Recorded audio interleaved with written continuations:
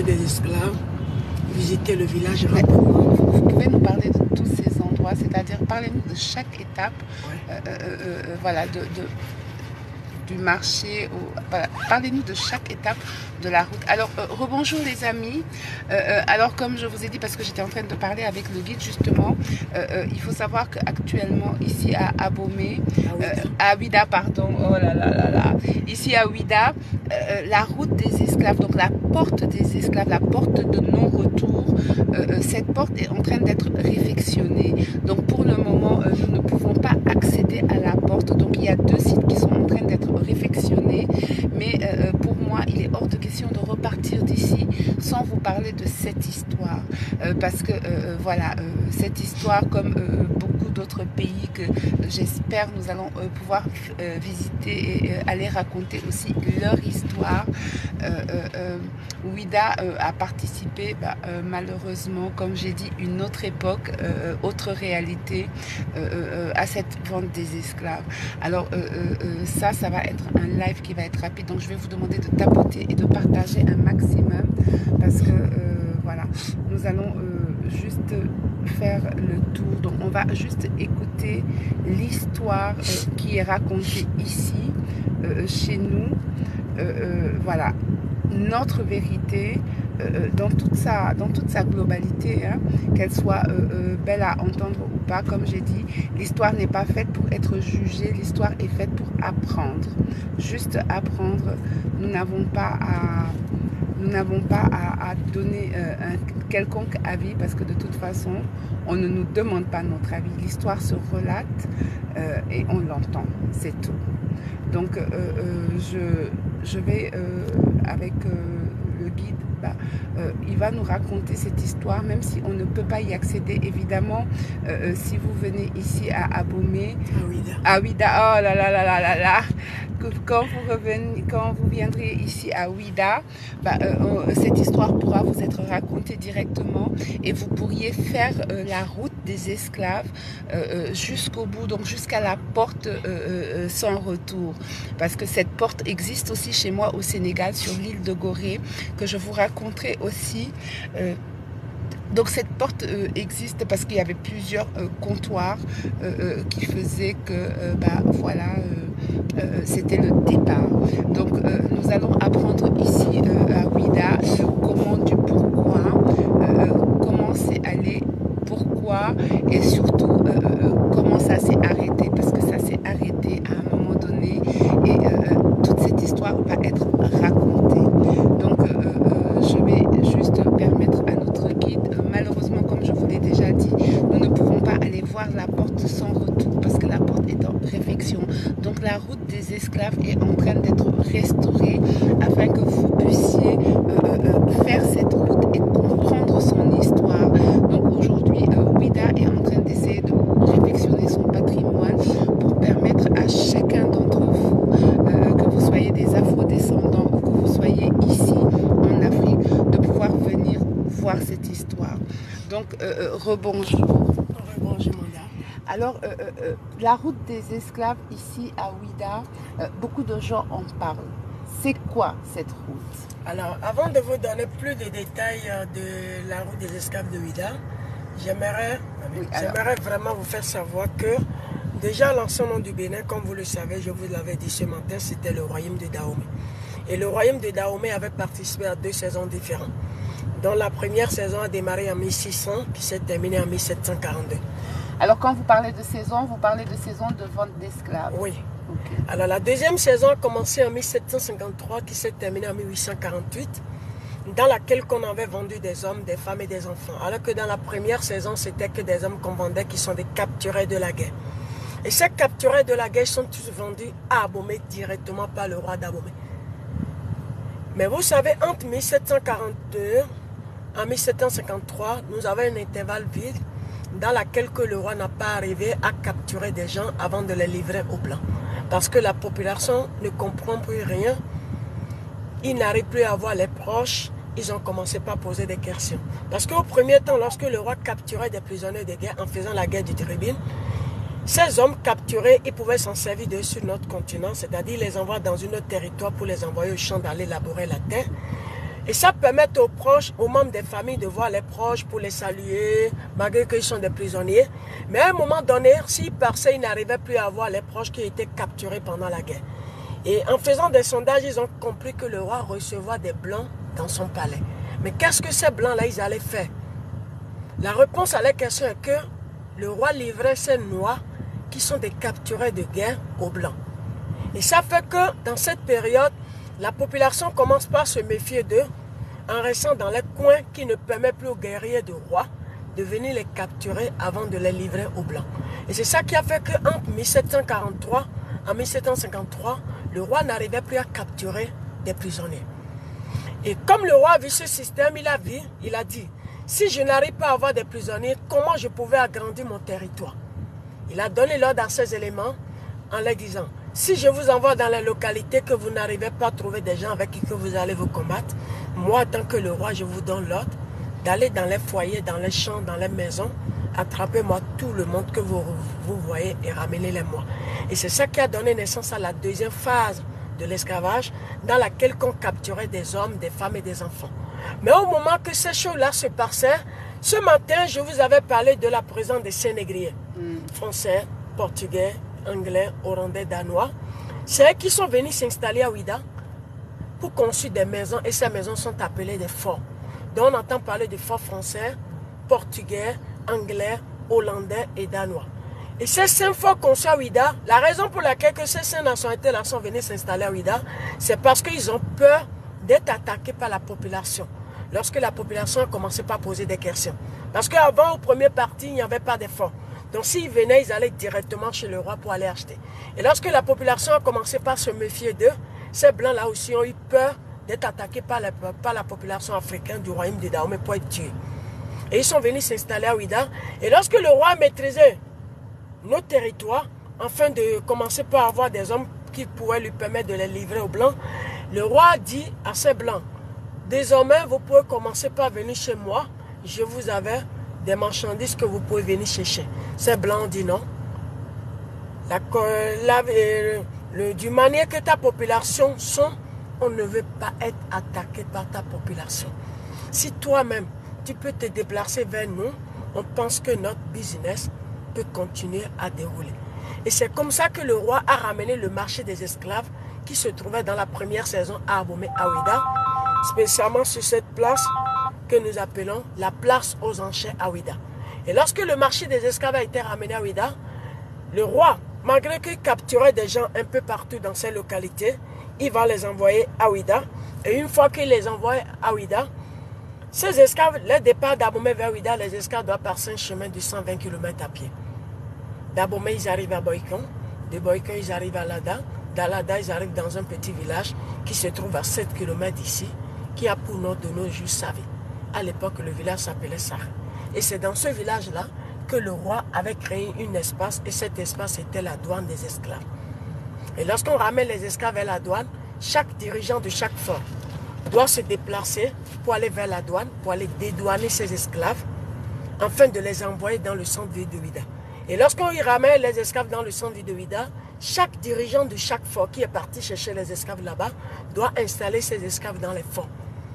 Mais sachez tout juste que les dirigeants de ces forts-là ne sont pas des acheteurs.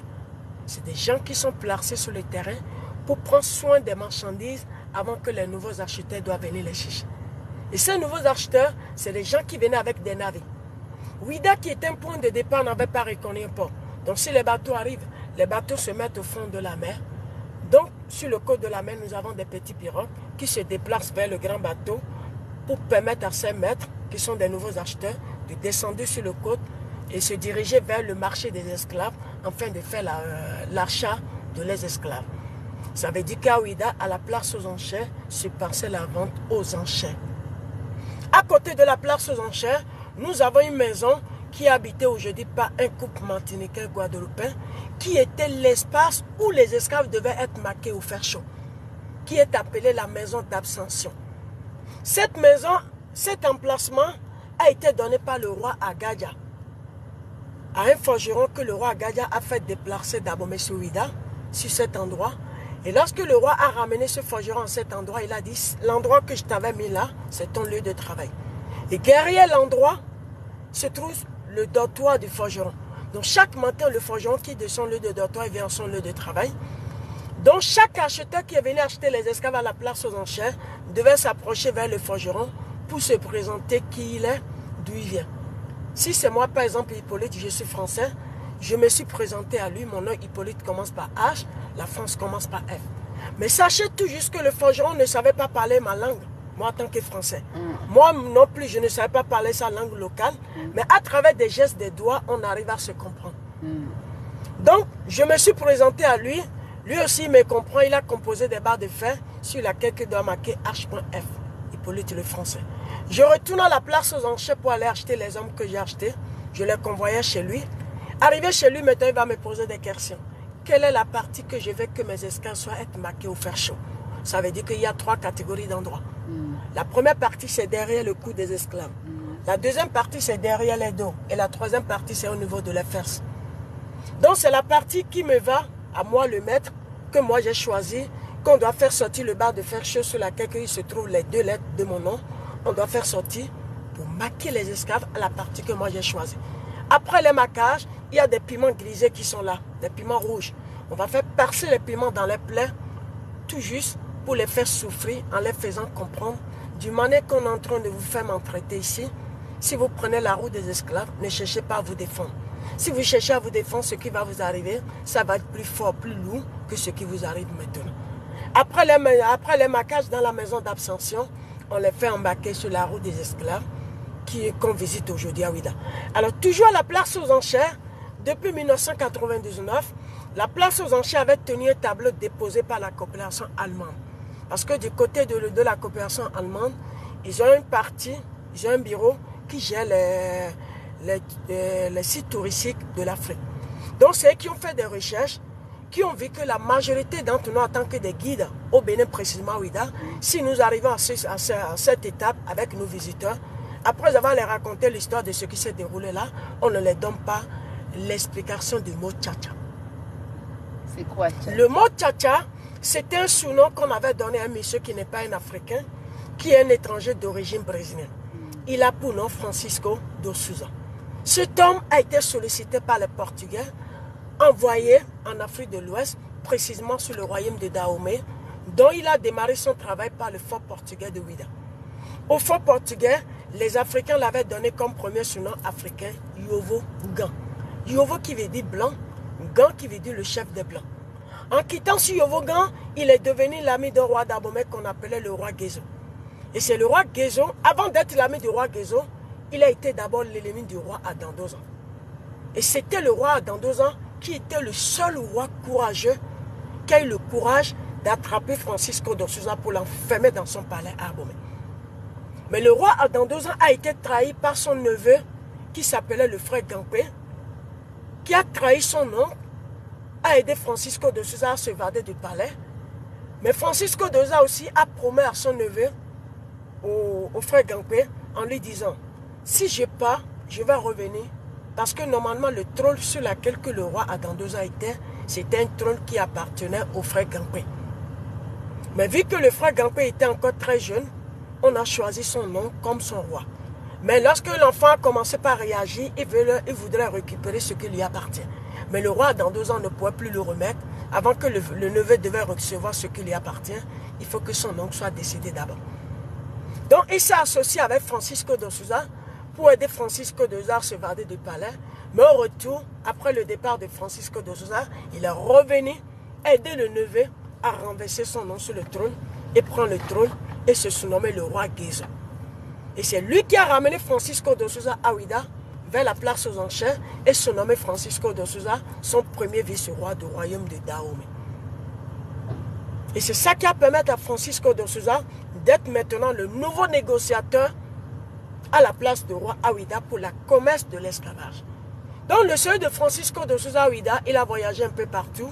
Au cours de son voyage, il a eu maximum 50 femmes. Après l'abolition de l'esclavage en 1848, l'UNESCO a identifié 200 enfants, des enfants de Francisco de Souza, qui sont de la famille de Souza, qu'on les retrouve un peu partout aujourd'hui en Afrique de l'Ouest. Bénin, Togo, Ghana, Sénégal, etc. Alors lorsque Francisco de Souza était à Ouidah à la place aux enchères, Sa façon d'accueillir les gens, de collaborer avec eux, il est vraiment dynamique, pressé. Et pour traduire le mot pressé dans le langue locale du Bénin, c'est ça qu'on traduit dans notre langue locale, tcha, tcha, tcha, tcha, tcha, qui veut dire en français la rapidité. C'est la raison pour laquelle que Francisco de Souza a eu comme deuxième nom africain l'homme de Tcha-Tcha, dont sa maison familiale existe jusqu'à présent à Ouida, au niveau de la place aux enchères de Ouida. Et cette maison était la grande maison familiale de tous les de Souza sur le continent africain à Ouida. Alors, après l'explication de la place aux enchères, la route des esclaves comporte de 6 étapes importantes. Dans la première étape, c'est le marché des esclaves. La deuxième étape, c'est l'arbre de l'oubli. La troisième étape, c'est la case des Omaïs. La quatrième étape, c'est la fosse commune. La cinquième étape, c'est l'arbre de retour. Et la sixième étape, c'est la porte de retour à la plage. Alors, est-ce que vous pouvez nous parler un peu de chacun de ces étapes? Qu'est-ce que ça signifie? Alors, après la place aux enchères, parce que je viens de vous donner l'explication de la place aux enchères, la deuxième étape de la route des esclaves, c'est l'arbre de l'oubli, qu'aujourd'hui on ne pourrait plus visiter sur la route des esclaves. Pourquoi? Parce que l'arbre de l'oubli a été planté par le roi Agadia en 1727. Et l'arbre a été tombé 4 ans après l'abolition de l'esclavage. Donc l'espace était vide. Il n'y avait rien du tout là. Jusqu'en 1990, au moment que l'État béninois a décidé de reconstruire les sites touristiques du Bénin, notamment de Ouida. Ce projet a été mis dans la main de l'UNESCO. Et c'est en ce moment-là que l'UNESCO avait mis un statut à l'emplacement de l'arbre pour raconter un peu l'histoire de ce qui s'est déroulé là. Mais compte tenu que la route des esclaves a été en cours de reconstruction aujourd'hui, celui qui travaille sur la route aujourd'hui a enlevé la statue de l'arbre de l'oubli. C'est la raison pour laquelle aujourd'hui l'arbre de l'oubli ne pourrait plus être visité.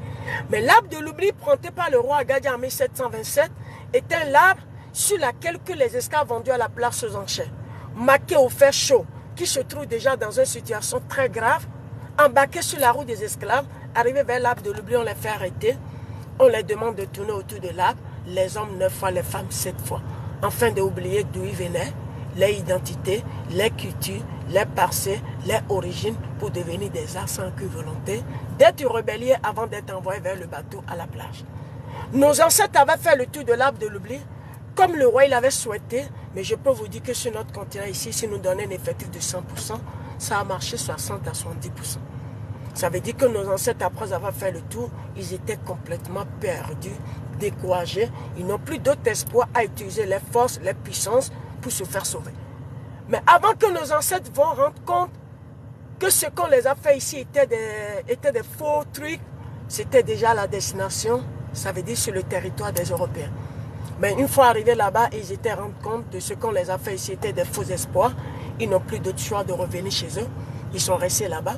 Et c'est ça qui a donné naissance aujourd'hui à nos cultures qu'on retrouve en Amérique, en Haïti, en Brésil, en Guadeloupe, en Martinique. Toutes ces religions ont été déportées par les Noirs africains qu'on a ramenés d'ici vers l'Amérique. Après avoir fini de faire le tour de l'arbre de l'oubli, ils se dirigent vers un village qui est sur la route des esclaves, qui a pour nom Zumbodi. Zoum, c'est la forêt. Bedi veut dire la terre de la forêt, créée par le roi Agadia en 1719. Et lorsque le roi Agadia avait créé ce village, il avait fait venir 5 familles fondabomées. Parmi les 5 familles, il a choisi l'un de ces familles qui va être son représentant dans le village, qu'il a surnommé en langue locale Kakanaku, qui veut dire en français jusqu'à la mort. Et après avoir ramené les 5 familles dans le village, il a créé 3 espaces dans le village. La première partie, c'est une maison conçue avec de la terre rouge qui a une petite entrée, qui a pour nom Zomaï, qui veut dire là où la lumière ne va pas. C'est une case qui est complètement dans le noir, dans l'obscurité.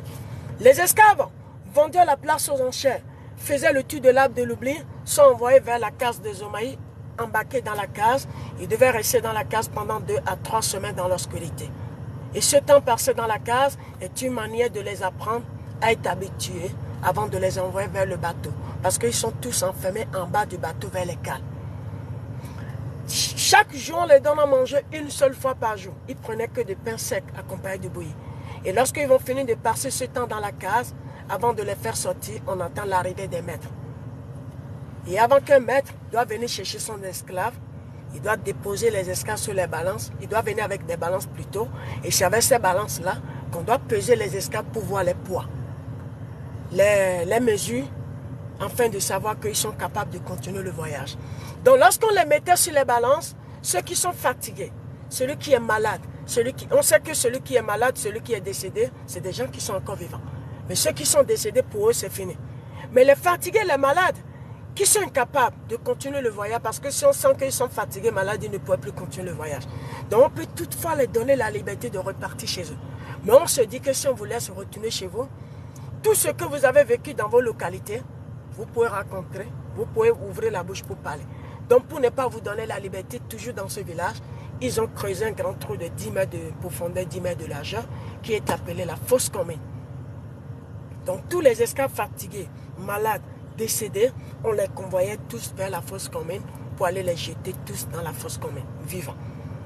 La fait d'aller les jeter vivants dans la fosse commune, moi je peux dire que, ou la majorité d'entre nous, on se dit que c'est une politique qui se joue. Pourquoi? Parce qu'une fois que les esclaves étaient mis dans la fosse commune, certains esclaves n'arrivaient pas à résister. Ça veut dire qu'ils sont gênés par l'odeur des cadavres qui se trouvent dans la fosse. Et déjà dans la case de Zomaï, la fait d'être fatigué, malade, certains esclaves mettaient dans la tête, s'ils faisaient ça, ils pouvaient avoir la liberté de repartir chez eux. Donc ils ne s'entendaient pas aller se retrouver dans la fosse commune. Et lorsqu'ils se retrouvent dans la fosse commune, ils sont gênés, ils commencent par faire des gestes, des mouvements. On sent maintenant que celui-là, celle-là est en bon état. On pouvait les faire crocher pour les faire sortir de la fosse commune, pour les faire embarquer parmi ceux qu'on devait ramener vers le bateau. Aujourd'hui, la fosse commune a été fouillée en 1990 par les experts de l'UNESCO. Ils ont trouvé des ossements plus des chaînes. Ils ont ramené l'un des chaînes de la fosse commune et exposé ça dans l'ancien musée d'histoire de Ouidah, le fort portugais, qui est en cours de reconstruction aujourd'hui. Mais aujourd'hui, ces chaînes sont exposées dans la maison du Brésil à Ouidah qu'on visite. Mais le reste des chaînes plus des ossements a été enterré toujours au même endroit. Et cet endroit a été fermé par des bétons. Ils ont mis un tableau là. Et ce tableau est appelé le mur de lamentation ou le mur de la souffrance qu'on visite aujourd'hui dans le village. Ceux qui sont en bon état de continuer le voyage, ils devaient faire le tour d'un lac qu'on appelait l'arbre de retour. Mais sachez tout juste que l'arbre de retour a été planté le même jour que le roi avait planté l'arbre de l'oubli. Ça veut dire que l'arbre de l'oubli a été planté dans la matinée et l'arbre de retour a été planté dans l'après-midi. C'est quoi l'arbre de retour? L'arbre de retour est réservé spécialement pour les esclaves qui sont en bon état, retrouvés sur les balances au niveau de la case de Zomaï, qu'on devait ramener vers le bateau, c'est qu'on ramenait auprès de l'arbre de retour. Arrivé vers l'arbre de retour, les hommes vont tourner du côté droit de l'arbre 3 fois. Les femmes du côté de l'arbre, côté gauche de l'arbre 3 fois. Après avoir fini de faire le tour de l'arbre, ils se dirigent à la plage. Arrivé à la plage, on les fait embarquer dans les petits pirogues pour les envoyer vers le grand bateau. Déjà dans les petits pirogues, les esclaves se posent des questions. Où est-ce que je vais? Où est-ce qu'on m'amène? Et comme il n'y a personne à leur niveau à répondre à leurs questions, ils se disent, comme je ne sais pas là où je vais, je préfère mourir sur mon territoire. Et dans un pirogue, s'il y a un seul esclave qui a décidé de mourir et il veut se faire jeter dans la mer, il doit être accompagné par les 6 autres. Parce qu'ils sont enchaînés à la fille indienne. Ça veut dire que dans chaque petit pirogue, nous avons 7 esclaves dans chaque petit pirogue. Ça, c'est la première partie. Ceux qui sont arrivés à rentrer dans le bateau, et le bateau a pris son chemin, il y a beaucoup d'entre eux qui n'arrivaient plus à trouver à manger. Il y aura des faibles, des malades ou des décédés. On va les garder dans le bateau pour quelle raison? Lorsque le bateau a pris son chemin et commençait à être perturbé par des requins, on va s'en servir de ces esclaves décédés ou fatigués, malades, on les jetait à la mer pour donner à manger aux requins. Et lorsque les requins trouvent à manger, ils vont laisser le bateau continuer le voyage. Ça, c'est la deuxième partie. La troisième partie, ça concerne ceux qui sont arrivés sains sauf en Amérique, mais qui n'arrivaient pas à spotter les climats de là-bas, ils vont mourir. Donc après la mort de tous ces esclaves depuis le continent africain vers l'Amérique, après les morts, qui est prêt à ramener les cadavres? Personne. Et comme les cadavres ne peuvent plus revenir, on a besoin de les esprits qui doivent revenir après les morts. C'est là qu'on parle de l'arbre de retour. Donc si on parle de retour, on ne parle pas de retour physique, mais on parle de retour spirituel, du retour spirituel des esprits de nos ancêtres. Donc, en sortant du village, pour les esclaves qui sont en bon état, qui ont fini de faire le tour de l'arbre de retour, ils se dirigent vers le bateau à la plage. Ce que nous avons aujourd'hui à la plage de Ouidah, qui est un monument, ça n'existait pas à l'époque. C'était un monument qui a été construit à Ouidah le 30 novembre 1995, pour symboliser un peu que Ouidah avait participé à l'esclavage. Sinon, en principe, Ouidah, qui était un point de départ, n'avait pas reconnu un port. Donc si les bateaux arrivent, les bateaux se garent au fond de la mer, au bord de la mer, il y a des petits pirogues. Mais sur le côte de Ouidah, à la plage de Ouidah, nous avons encore 5 douanes, des 5 forts conçus dans le centre-ville de Ouidah. Nous avons la douane française, portugais, anglais, hollandais, danois. Et chaque acheteur qui a acheté son esclave à la place aux enchères, qui a fait passer ses esclaves dans le village avant de les amener à la plage, à son arrivée à la plage, il doit s'approcher vers sa douane pour déclarer le nombre de personnes qu'il a achetées à la place aux enchères, le nombre de personnes qu'il a perdues, le nombre de personnes avec lesquelles il s'est retrouvé à la plage de Ouidah, avant d'avoir l'autorisation de les convoyer vers les petits pirogues pour les envoyer vers le grand bateau. Aujourd'hui, à la plage de Ouidah, nous n'avons que la douane française qui est restée. Et c'est le seul bâtiment que l'État béninois est en train de reconstruire aujourd'hui à la plage de Ouidah, qui deviendra le deuxième bureau des guides de Ouidah, l'office de tourisme de Ouidah, à la plage de Ouidah. Parce que notre premier bureau se trouve dans le centre-ville de Ouidah. Une fois que les maîtres mettaient les esclaves dans les petits pirogues, ils vont les convoyer vers le bateau. Et une fois que les esclaves sont arrivés dans le bateau, ils sont positionnés dans le bateau comme des sardines. Les hommes couchaient sur les poitrines et les femmes couchaient sur les dos, les yeux contre le ciel. Ils vont rester comme ça pendant 3 mois. Au cours du voyage, si un maître a envie de se mettre à l'aise, il va aller coucher avec ses femmes. Il va aller voir une liaison avec les femmes. Et beaucoup de ces femmes doivent tomber enceintes au cours de ce voyage. Et les femmes qui sont tombées enceintes, qui ont gardé leur grossesse pendant 8 mois et demi à 9 mois et donné naissance à des enfants métis. Des mulâtres tels que moi. Ces enfants-là sont considérés comme les enfants du maître. Les enfants du maître ne disent pas que c'est le maître qui a acheté la maman qui a couché avec la maman. Hein. Mais tant que la maman est achetée par un maître, l'enfant aussi appartient à ce maître. On laisse l'enfant auprès de sa mère pendant 4 à 5 mois. Le 6e mois, on arrache l'enfant de sa mère biologique et remet à une blanche. Et c'est la blanche qui va s'occuper du bébé désormais. Et là, la maman va être dégagée de même territoire comme son bébé. Il faut être vendu à un autre maître. Comme ça, lorsque l'enfant va grandir, l'enfant ne pourra plus se rappeler de sa mère biologique. Mais lorsqu'une femme a donné naissance à des peaux noires comme nous, ces enfants-là sont considérés comme des futurs esclaves. L'effectif donné par UNESCO après l'abolition de l'esclavage, qui sont des esclaves qui ont pris le départ du royaume de Dahomey, qui sont arrivés sains et saufs en Amérique, sans compter ceux qui sont décédés, c'était une dizaine de millions d'esclaves qui ont quitté le royaume de Dahomey. Parce que le royaume de Dahomey, sur le continent africain en Afrique de l'Ouest, était le royaume le plus grand, le plus fournisseur en Afrique de l'Ouest. Le royaume de Dahomey, ça s'est agrandi vers une partie du Nigeria qu'on appelait Badagry. Ça s'est agrandi vers une partie du Niger qu'on appelait Dosso. Vers une partie du Togo qu'on appelait Anéro.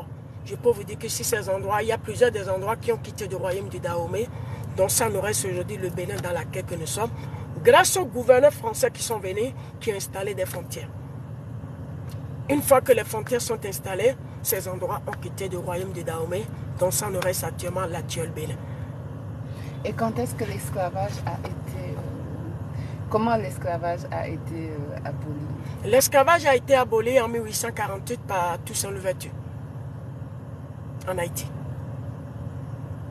Et est-ce que la traite s'est arrêtée ici, au Dahomey? Je peux vous dire que même de nos jours jusqu'à présent, on parle de l'abolition de l'esclavage, mais moi personnellement je dis que c'est tout juste un mot pour donner la valeur à quelque chose. Sinon en principe, on continue toujours de vivre l'esclavage mondain. Voilà.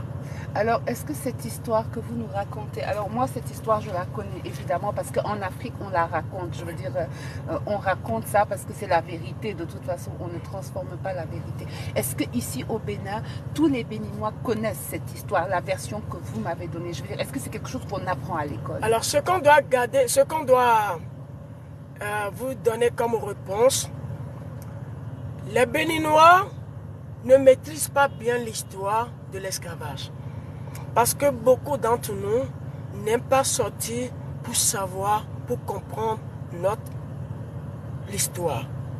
Et ce que certains de nos parents nous racontent sur les Blancs, c'est ça que nous mettons dans nos têtes. Et chaque fois, on dit c'est les Blancs, c'est des Blancs, c'est des Blancs, c'est des Blancs. Alors que la base, c'est entre nous-mêmes les Africains. Donc, c'est ceux qui sortaient qui comprennent la réalité de l'histoire. Aujourd'hui, avec le nouveau programme ramené par les Européens, ça fait que dans nos écoles aujourd'hui, l'histoire s'est effacée.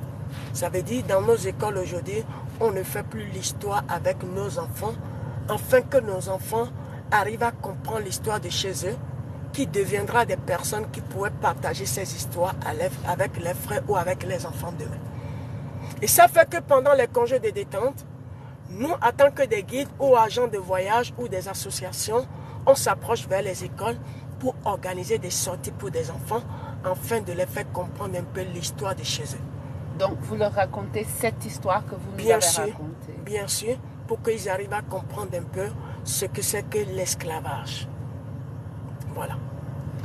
Alors, les amis, je pense que vous devez être comme moi. Sincèrement, j'ai entendu cette histoire... J'ai entendu cette histoire beaucoup de fois et à chaque fois que je l'entends, ça me fait toujours le même effet parce que c'est de l'histoire, hein, on ne va pas revenir dessus. Et pourtant, je veux dire, cette histoire, je l'ai entendue au Sénégal où elle se raconte aussi sur l'île de Gorée. Et chaque fois que j'ai rencontré, je suis allée dans un port d'esclaves, j'ai entendu cette histoire, j'ai entendu ces voyages et à chaque fois, ça m'a fait exactement le même effet parce que voilà, ce n'est que la vérité, mais je ne peux pas m'empêcher de voir la peur et la souffrance que ces gens ont dû vivre, ce déchirement qu'ils ont vécu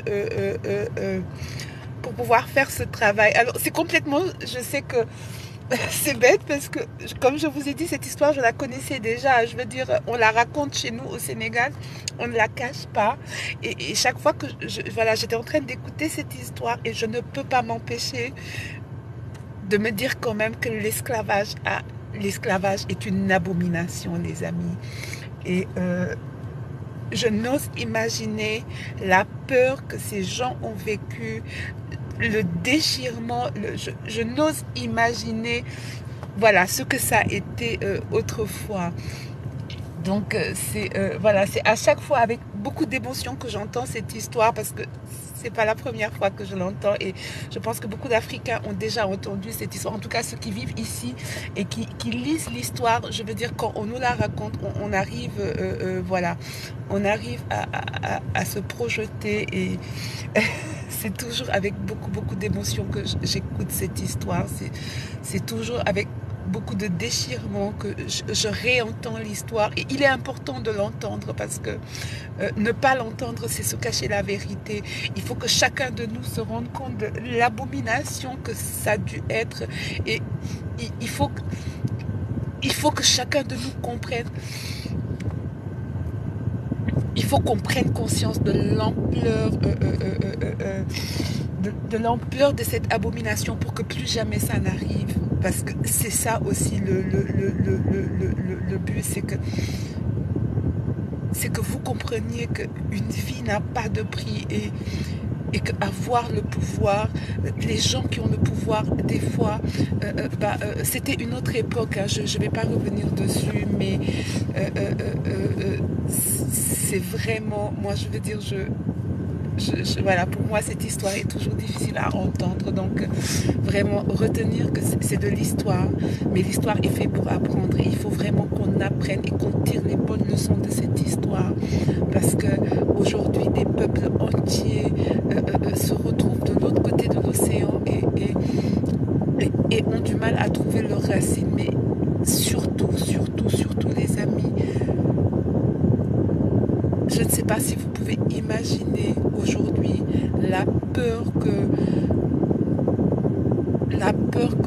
ces gens ont dû ressentir et tout ce chemin qui est juste une abomination. Et oublier cette histoire, c'est ne pas leur rendre hommage. Donc, je vais vous laisser les amis et je vous dis à plus tard parce que je vais vous faire visiter un autre endroit. Je vais vous laisser le numéro, je vais faire une petite vidéo avec mon guide pour pouvoir vous laisser son numéro de téléphone afin que si vous veniez à Abomey, qu'il puisse, à Ouidah, pardon, qu'il puisse vous faire visiter cette route d'esclaves. Sincèrement, moi, aller visiter ça, c'est au-dessus de mes forces pour être sincère. Alors, quelque part, part, je suis presque soulagée que cet endroit ne soit pas visitable parce que je pense que je n'aurais pas eu la force ni le courage de refaire encore cette route, encore et encore, parce que je suis allée à Gorée et à chaque fois, voilà, à chaque fois, ça me déchire le cœur d'entendre ces choses-là, même si c'était une autre époque, mais ça m'empêche pas, ça me déchire le cœur. Donc, je suis presque soulagée, mes amis, de ne pas avoir à le faire, sincèrement. Donc, je vais vous laisser son numéro de téléphone et j'espère que vous pourriez le faire avec vos enfants et que il faut que chacun de nous se rende compte de l'ampleur de l'abomination que c'est et qu'on commence à protéger les nôtres, oui, parce que comme il l'a dit, l'esclavagisme moderne existe et c'est nous qui devons protéger les nôtres, vraiment, et les protéger. Souvent, l'ennemi est beaucoup plus proche qu'on ne croit parce que l'ennemi, souvent, il est chez nous. Voilà, donc je vais vous laisser et là, je suis en train de perdre toute ma classe. Je refuse de faire ça. Donc, je vous dis à tout à l'heure. Je vous reviens tout de suite. Merci beaucoup.